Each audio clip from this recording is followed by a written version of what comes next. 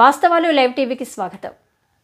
హైదరాబాద్లోని బషీర్బాగ్ ప్రెస్ క్లబ్లో సమగ్ర శిక్ష ఉద్యోగుల సమస్యలపై మీడియాతో మాట్లాడుతున్న BC political JAC chairman Rachala Yugandhar Goud. Telangana రాష్ట్రంలో సమగ్ర శిక్షలో పనిచేస్తున్నటువంటి కాంట్రాక్ట్ ఉద్యోగులను వెంటనే క్రమబద్ధీకరించాలని చెప్పి ముఖ్యమంత్రి రేవంత్ రెడ్డి గారికి మేము విజ్ఞప్తి చేస్తూ ఉన్నాం. గత 20 ఏళ్లుగా చాలని వేతనంతో అనేక ఇబ్బందులు పడుతూ ఈరోజు కుటుంబ పోషణ భారమై కూడా ఈరోజు విధులకు హాజరై ఈరోజు పాఠశాల విద్యా అభివృద్ధికి వాళ్ళు తోడ్పడతా ఉన్నారు.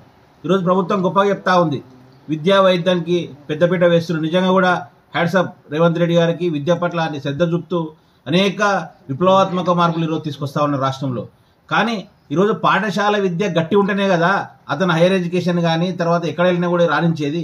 మళ్ళీ పాఠశాల విద్య గట్టి ఉండాలంటే వాళ్ళు బోధించే ఆ ఉద్యోగులకు క్రమబద్ధీకరించాలి కదా. వాళ్ళు పస్తులుండి వాళ్ళ ఆకలి కొన్ని వాళ్ళ ఇబ్బందులు ఉంటే వాళ్ళు ఎట్లా చదువులు చెప్తారు, వాళ్ళ కుటుంబ పోషణ ఎట్లా, ఏమన్నా వాళ్ళకి ఇబ్బంది అయితే హాస్పిటల్కి వెళ్ళాలంటే కూడా ఈరోజు వేల ఖర్చులైనటువంటి పరిస్థితి ఉంది.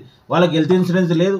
తర్వాత 12,000 నుంచి 20,000 కేజీబీవీలో పనిచేసేందుకు 29,000 30,000 వాళ్ళు ఏం సరిపోతాయి ఈరోజు ఇప్పుడున్నటువంటి నిత్యావసరాలు పెరిగిన ధరల. గత ప్రభుత్వం తెలంగాణ వస్తే తెలంగాణ రాష్ట్రంలో కూడా కేసీఆర్ అనేక హామీలు ఇచ్చారు. తెలంగాణ రాష్ట్రం ఏర్పడితే కాంట్రాక్ట్ ఉద్యోగులు ఉండరు, అందరినీ రెగ్యులరైజ్ చేస్తామని హామీ ఇచ్చి 10 ఏళ్ళ అధికారంలో కూడా ఏనాడు కూడా ఈరోజు కేజీబీ ఉద్యోగులు కానీ తర్వాత సమగ్ర శిక్షలో పనిచేసిన ఉద్యోగుల పట్ల వాళ్ళు ఈరోజు నిర్లక్ష్యంగా వ్యవహరిస్తూ ఏనాడు కూడా పట్టించుకున్న పాపన పోలేదు. మరి గతంలో ఈ ఉద్యోగులు సమ్మె చేస్తున్నప్పుడు ప్రస్తుత ముఖ్యమంత్రి రేవంత్ రెడ్డి గారు హామీ ఇవ్వడం జరిగింది. అంటే మేము అధికారంలోకి వచ్చిన తర్వాత రెగ్యులరైజ్ చేస్తాం, మీ బాధలు మాకు తెలుసు అని చెప్పడం జరిగింది. కాబట్టి అధికారంలోకి వచ్చి 1 year అయింది. కాబట్టి అంటే రాష్ట్రంలో రేవంత్ రెడ్డి గారు బాధ్యతలు చేపట్టినప్పటి నుంచి అనేక సమస్యలు ఈరోజు పరిష్కరిస్తూ ఉన్నారు.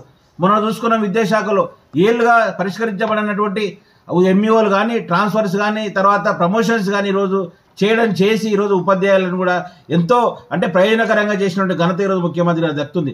మళ్ళీ అన్ని వర్గాలను ప్రయోజనాలు నెరవేరుస్తున్నాడు ముఖ్యమంత్రి, అన్ని ఉద్యోగులను ఈరోజు ఆకాంక్షలు నెరవేరుస్తున్నాడు ముఖ్యమంత్రి గారు. సమగ్ర శిక్ష పనిచేసిన ఉద్యోగుల పట్ల కూడా ఈరోజు సానుకూలంగా వివరించి వీళ్ళను ఆదుకోవాలని చెప్పి మేము బీసీ పొలిటికల్ జేఏసీ పక్షాన్ని ఈరోజు విజ్ఞప్తి చేస్తా ఉన్నాం. తెలంగాణ రాష్ట్రంలో దాదాపు 19,500 మంది పనిచేస్తూ ఉన్నారు. మరి 19,500 కుటుంబాలు వాళ్ళ బంధువులు ఎంతో మంది ఈరోజు మన ప్రభుత్వం రావడానికి వాళ్ళ కృషి కూడా ఎంతో ఉందని చెప్పి మీరు ఆలోచించుకోవాల్సిన అవసరం ఉంది. ఎందుకంటే సరైన ఫీడ్బ్యాక్ మీకు రాకపోవచ్చు, కానీ ఒకసారి వాస్తవంగా క్షేత్రస్థాయిలో పరిశీలన జరపండి. ఈరోజు కస్తూర్బా స్కూల్ కేజీబీ స్కూల్ చూసుకుంటే గురుకుల పాఠశాలలు కానీ తర్వాత మోడల్ స్కూళ్ళు కానీ తర్వాత డే స్కూల్ ప్రభుత్వ స్కూళ్ళ కంటే కూడా ఈరోజు మెరుగైన ఫలితాలు సాధించిన సంస్థ ఈరోజు కేజీబీవి. మరి వారి పట్ల వారి సమస్యలు కూడా పరిష్కరించాల్సిన బాధ్యత ఈరోజు ప్రభుత్వం మీద ఉందని చెప్పి మేము అడుగుతా ఉన్నాం ముఖ్యమంత్రి గారిని. కాబట్టి ఇప్పటికైనా ఆలస్యం చేయకుండా ఒకటే సింగిల్ ఎజెండా, ఈ సమగ్ర శిక్ష ఉద్యోగులను క్రమబద్ధీకరించాలి. ఇప్పుడు అసెంబ్లీ సమావేశాలు జరుగుతుంది. ఈ సమావేశాల్లోనే వీళ్ళకు ఒక తీపి కబురు చెప్పి ఈ యొక్క కుటుంబాల్లో కూడా ఈ యొక్క మనోవేదన తీర్చి ఈరోజు ఈ కుటుంబాలను ఆదుకోవాలని చెప్పి మరొక్కసారి ముఖ్యమంత్రి రేవంత్ రెడ్డి గారికి విజ్ఞప్తి చేస్తా ఉన్నాం. ఎందుకంటే గత 5 రోజులుగా సమ్మె చేస్తూ ఉన్నారు. ఎక్కడ కూడా ఈ సమ్మె పైన స్థానిక శాసనసభ్యులు కానీ మంత్రులు కానీ స్పందిస్తున్న పరిస్థితి ఈరోజు కనిపించడం లేదు రాష్ట్రంలో. మరి వాళ్ళ దృష్టికి వెళ్తుందా? ఈరోజు ప్రజా సమస్యలకు ఈరోజు కొత్తగా చెప్తా ఉన్నా. ఈరోజు నిన్నటి నుంచి కొత్త మెను ఇచ్చారు. 40% అంటే ఏ ప్రభుత్వం పెంచినటువంటి మీరు 40% మెస్ తర్వాత కాస్మెటిక్ ఛార్జీలు పెంచి ఈరోజు నిన్నటి నుంచి కూడా హాస్టల్లో తనిఖీలు చేస్తూ ఉన్నారు, హాస్టల్లో భోజనం చేస్తూ ఉన్నారు, ఎమ్మెల్యేలు హాస్టల్ నిద్రిస్తూ ఉన్నారు. ఈరోజు కూడా చూస్తూ ఉన్నాం కేజీబీ పాఠశాలలో కూడా వెళ్తా ఉన్నారు, కానీ అక్కడ స్టాఫ్ లేరు. మళ్ళీ ఆ స్టాఫ్ లేకుండా మీ అంతకు మీరు భోజనం చేస్తున్నటువంటి పరిస్థితి ఈరోజు ఉంది. మరి వాళ్ళు ఎందుకు లేరు, వాళ్ళ సమస్యలు ఏందని కూడా ఒక్కసారి దృష్టి పెట్టాల్సిన అవసరం ఉందని చెప్పి మేము ఎమ్మెల్యేలకు కానీ మంత్రులకు కానీ ముఖ్యమంత్రి గారికి కానీ విజ్ఞప్తి చేస్తా ఉన్నాం.